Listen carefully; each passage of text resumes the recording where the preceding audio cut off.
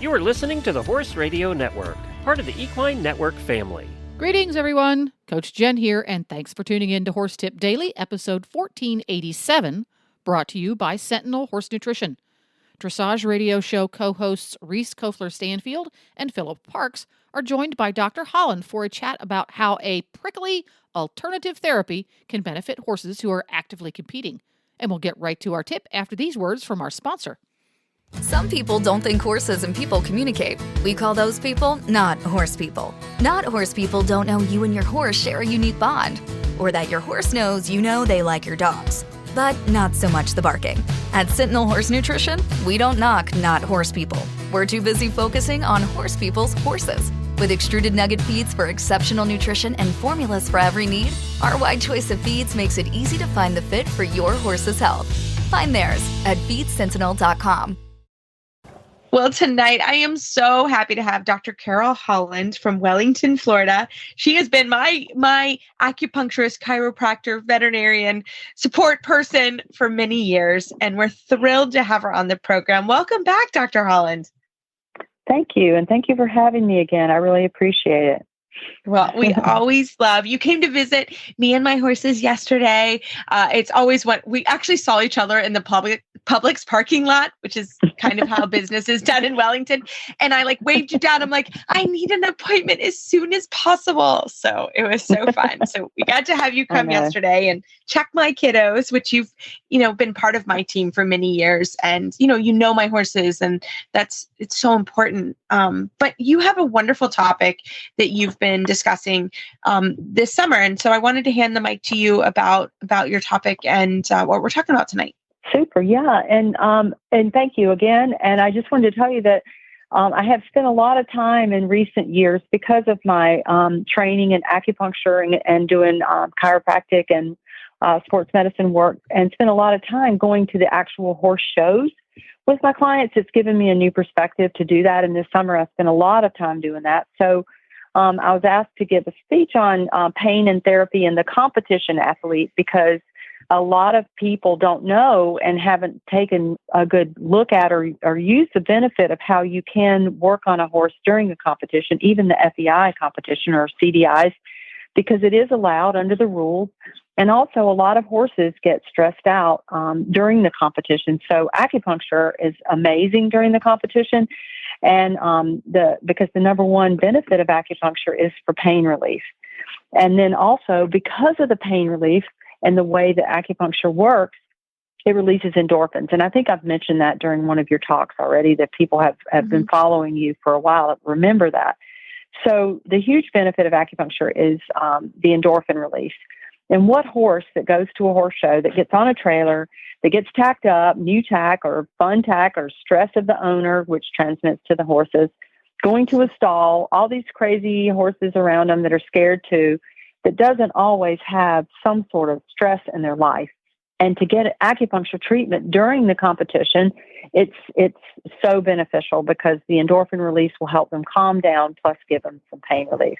All the shows always, affect digestion, because maybe the horse doesn't want to eat because its neighbor is screaming. The horse neighbor is screaming. The stalls are small. They get stiff from the trailer ride. So again, you can just put the wheel on and start rolling ideas of what will cause a horse to be upset at a horse show if they're not used to it, or even if they are used to it. So that's why I wanted to bring up the topic that, it's beneficial during competition. And a lot of people still haven't taken advantage of this. So you can do it during an FEI competition if no one knew. It is allowed. The only part that's not allowed is to use an electro machine with the actual acupuncture. So you can use dry needles. You cannot inject a substance into a horse. So the main thing you can do is use dry needles during the treatment. Chiropractic or body work is also allowed during an FEI competition, and certainly during USEF competitions, which are called national shows or national competitions. And this is worldwide. This isn't just in America. Like anywhere you go in any country during a national competition or during FEI, you can use this therapy. And the main thing you have to do is understand the need of the owner or the trainer or the rider, whichever one, or the combination if it's an owner, trainer, rider, And you have to understand exactly what that horse needs. And certainly that's understanding acupuncture. So for instance, I have a lot of people that call me and say, hey, my horse is upset and he doesn't calm down. So then I would use acupuncture for calming during the competition. Or during the competition, an owner may say, oh, my horse tripped getting off the trailer and he's really tight in his neck. So I would go for that specific reason, during the competition. And so you have to get a reason and have to understand, the owner. So I always make that as a stress to my owners.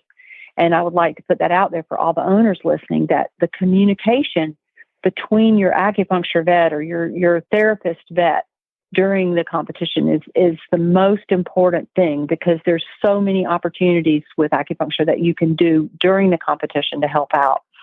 And the rules are it can be done the day of, and then you have to always check with the FEI delegate that delegate's there, and if so that they know, and your veterinarian should know that, because we have rules on how we have to do it. But once the vet is accepted into the FEI enclosure, it can be done. And then if you're at a national show and you show up, then the rules are, whatever the competition rules are for that showgrounds, for veterinarians coming on the showgrounds. The veterinarian should know those rules.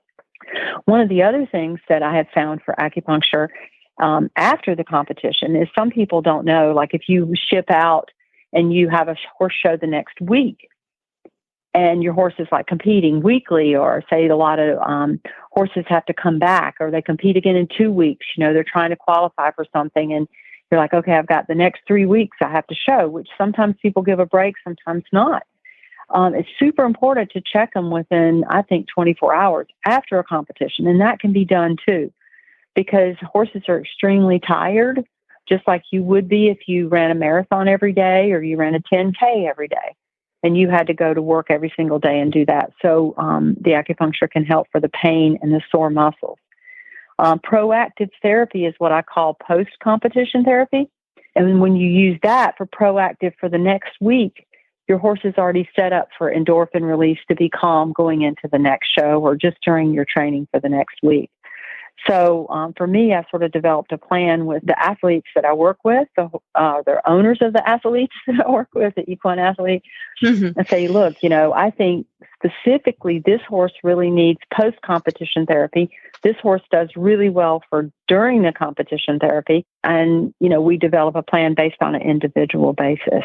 I was just going to interject my own perspectives on this is just that pre-competition or, setting up, because I have a chiropractor / acupuncturist veterinarian that treats our horses. And I see an acupuncturist and I think, it's hard to just call someone and say, I'm at a show, let's do some acupuncture, whereas like, okay, now how's the veterinarian supposed to do a full kind of assessment, workup, discuss all the issues at a competition? I think you should, like, if you're thinking about acupuncture for your horse or any sort of treatment, you should be doing it, early, thinking about like at this point in time, for us in Canada, it's like, okay, we're a few months away from our first show, our first competition.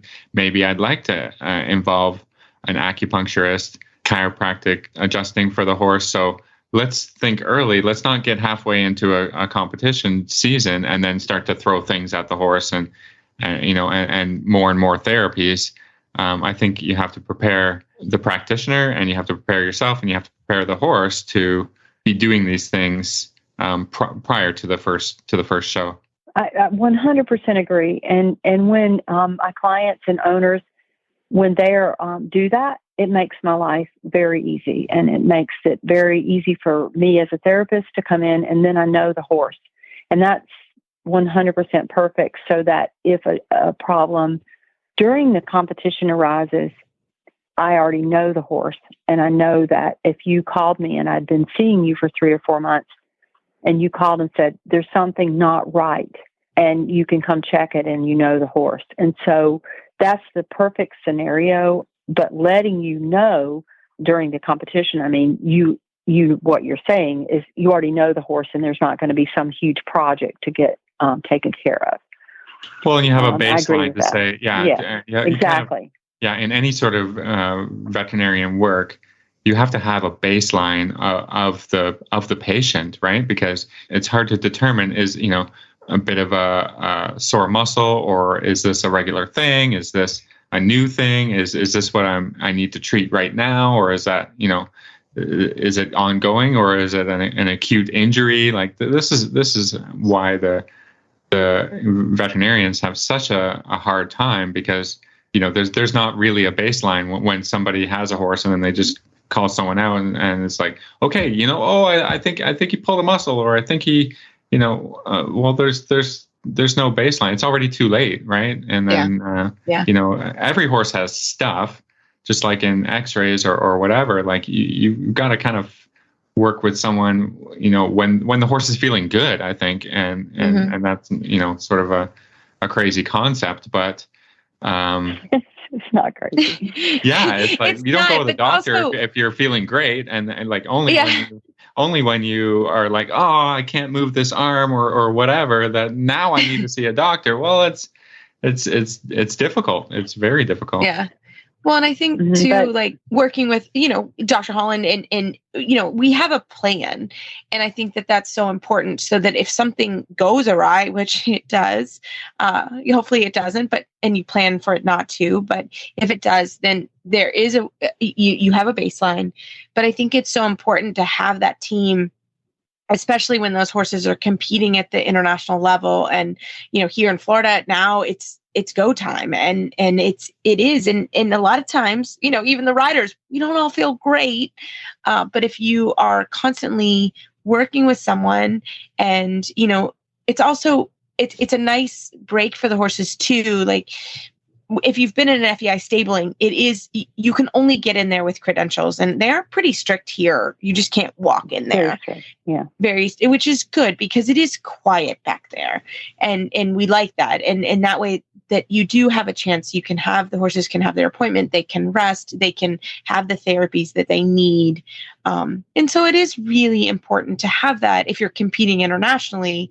And Dr. Holland will travel with horses. She knows them. Different countries, there's so many different challenges that these horses face.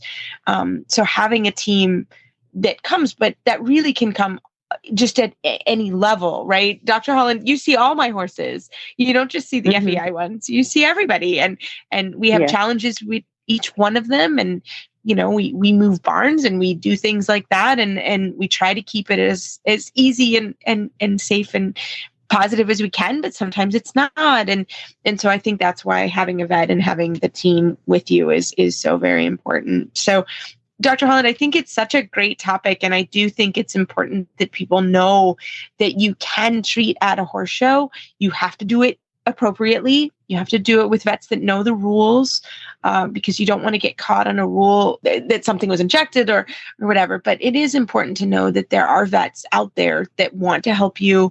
They want to, obviously the horse's best interest is always highest importance. But within that, the vets are there to help you and your horse. And Dr. Holland is phenomenal at that. So, Carol, anything else that you want to kind of end with tonight? No, I think all these points that you guys made, and I love the fact that the team approach before. I think that's like the best thing I've heard in a long time. And thank you for the compliments. And I just really appreciate it. But I like that team idea. So thank you. And how can our listeners find you online? They can find me online at naturalvettb.com, and PB stands for Palm Beach, but it's all one word. So naturalvettb.com. Fantastic. Well, thank you so much as always. Well, there you have it. Horse Radio Network has thousands of engaging podcasts for horse people, and you can have them sent right to your phone. Just subscribe via your favorite podcast player. This is Coach Jen, and I will be back again soon with another tip. Until then, go ride your horse. The Horse Radio Network and the Horse Radio Network hosts are not responsible for statements made by guests on the Horse Tip Daily. Please use your own judgment when listening to the tips on this show.